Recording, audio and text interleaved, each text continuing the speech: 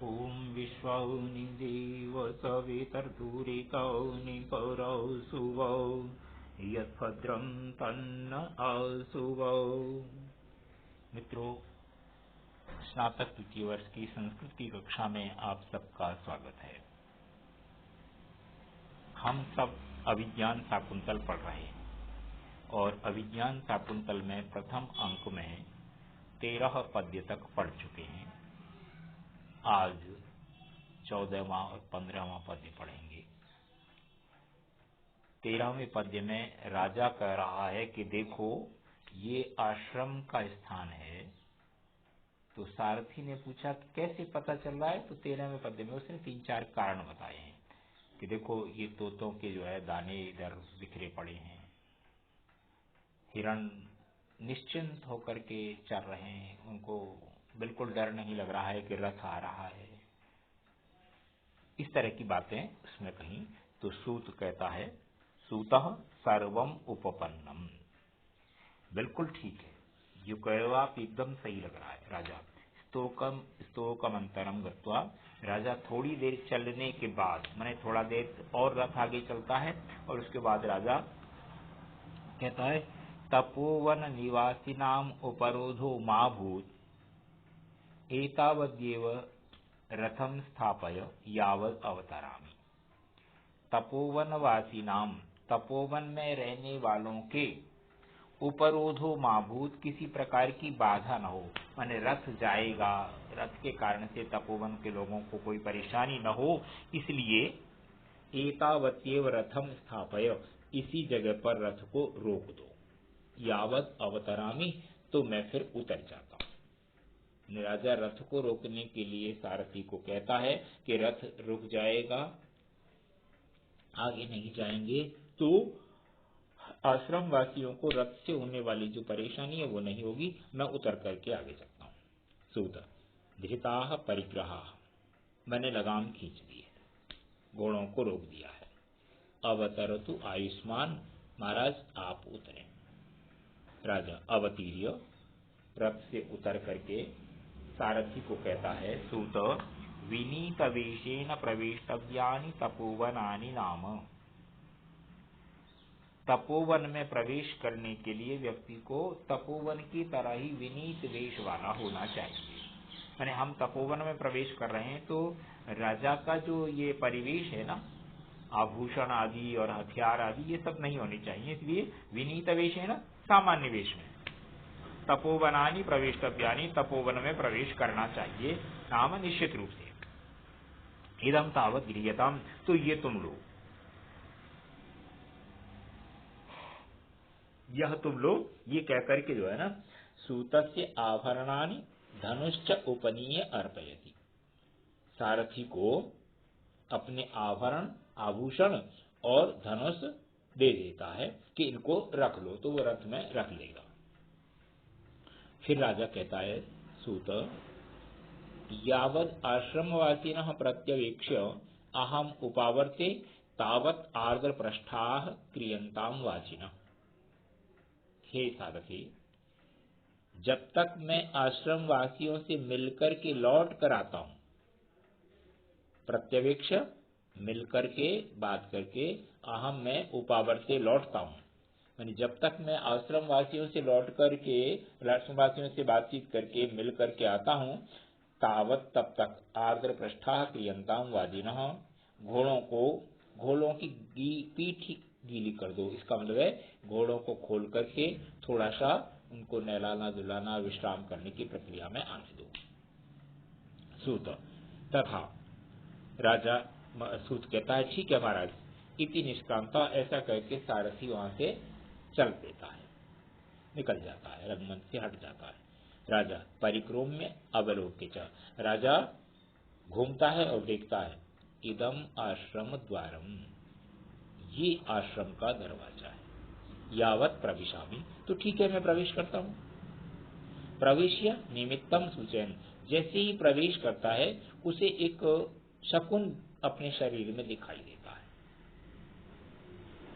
निमित्त में शकुन, शकुन की सूचना होती है। शकुन की सूचना क्या है कि उसकी दाई भुजा फड़क रही है। तो दाई भुजा का फड़कने का जो शकुन शास्त्र वाले लोग हैं वो मानते हैं किसी प्रिय व्यक्ति से मिलना होगा, और यहाँ इन्होंने प्रिय व्यक्ति कह करके सीधे सीधे महिला से मिलना होगा, पत्नी से मिलना होगा, ये कह दिया है। अब जो भी है, और वो शकुन की क्या सूचना है? शांतम इदम आश्रम पदम स्फुरति च बाहु कुतः फलम यास्यो अथवा भवितव्यानाम द्वाराणि भवन्ति सर्वत्र। शांतम इदम आश्रम पदम, आश्रम पदम आश्रम का स्थान, ये आश्रम का स्थान शांत है। स्फुरति च बाहु, और भुजाएं मेरी भुजा फड़क रही है। कुतः फलम यहस्य, यह इसका मतलब भुजा फड़कने का। कुतः फलम, फल कहां से होगा? अर्थात ये आश्रम में रहने वाले जितने लोग हैं तपस्वी बहुत शांत प्रवृत्ति के हैं, इनमें विकार वाली बात नहीं है किसी तरह की। और मेरी ये जो दाई भुजा फड़क रही है, पर इस भुजा के फड़कने का फल, प्रयोजन, लाभ समझ में नहीं आ रहा। फिर भी अथवा भवितव्यानाम द्वाराणि भवन्ति सर्वत्र, भवितव्यानाम होने वाला जो होना है उसके द्वाराणि, द्वार, दरवाजे अथवा उपाय सर्वत्र भवन्ति, सब जगह होते हैं। राजा अपने मन में सोचता है कि भाई दाई भुजा का फड़कना इस बात का प्रतीक है कि सुंदर महिला से मिलना होगा, पत्नी से मिलना होगा। तो पत्नी का तो अर्थ ही नहीं है, वहां तो सुंदर महिला से मिलना होगा, ये अर्थ निकल रहा है। और फिर कहता है, मतलब सोचता है कि ये आश्रम शांत है, अर्थात आश्रम में रहने वाले जो व्यक्ति हैं वो शांत सामान्य प्रकृति के हैं। यहाँ सुंदर स्त्री मिलने का मतलब काम वासना वाली बात ही नहीं है। फिर ये भुजा का फड़कना, इसका फल कहां से होगा? और फिर नीचे वाले तुरंत ही सोचता है, नीचे वाली पंक्ति में कहते हुए, भवितव्यानाम द्वाराणि सर्वत्र भवन्ति, जो होनहार है वो सब जगह कहीं भी हो सकता है, उसका उपाय कुछ भी कहीं भी मिल सकता है। तो इसलिए हो सकता है। क्यों ये बात क्यों दो बार सोची जा रही है? कहता है कि दाई भुजा फड़क रही है, इसका मतलब है कि सुंदर स्त्री से मिलना होगा, समागम होगा। और ये आश्रम शांत है, आश्रम में रहने वाले शांत प्रकृति के व्यक्ति हैं, तो इसका फल कहां से हो सकता है? इसका मतलब है शकुन शास्त्र झूठा है। पर नहीं, शकुन शास्त्र झूठा नहीं हो सकता। शकुन शास्त्र जब झूठा नहीं हो सकता तब ये बात उसके मन में आती है, भवितव्यानाम द्वाराणि भवन्ति सर्वत्र, जो होना है उसके लिए उपाय सभी जगह पर हो ही जाते हैं। इस बात को कह करके और राजा देखता है। ततः प्रविशति यथोक्त व्यापारा स सखीभ्याम शकुंतला।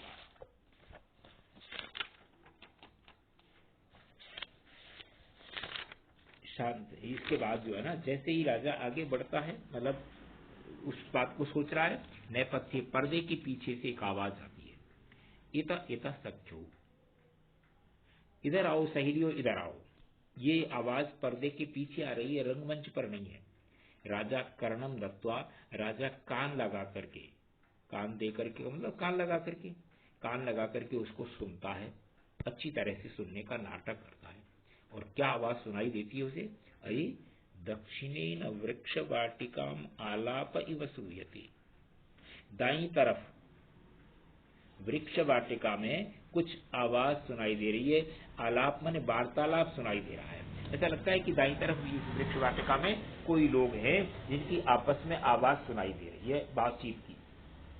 यावद अत्र गच्छामि, तो फिर मैं इसी तरफ चलता हूं। परिक्रम में अवलोके च, थोड़ा सा उस तरफ घूमता है और देखता है, अये एता तपस्वी कन्या, ये तपस्वी कन्याएं हैं। स्वप्रमाणानुरूपैः सेचन घटैः बालपादपेभ्यः पयोदातुम इत एवाभिवर्तन्ते।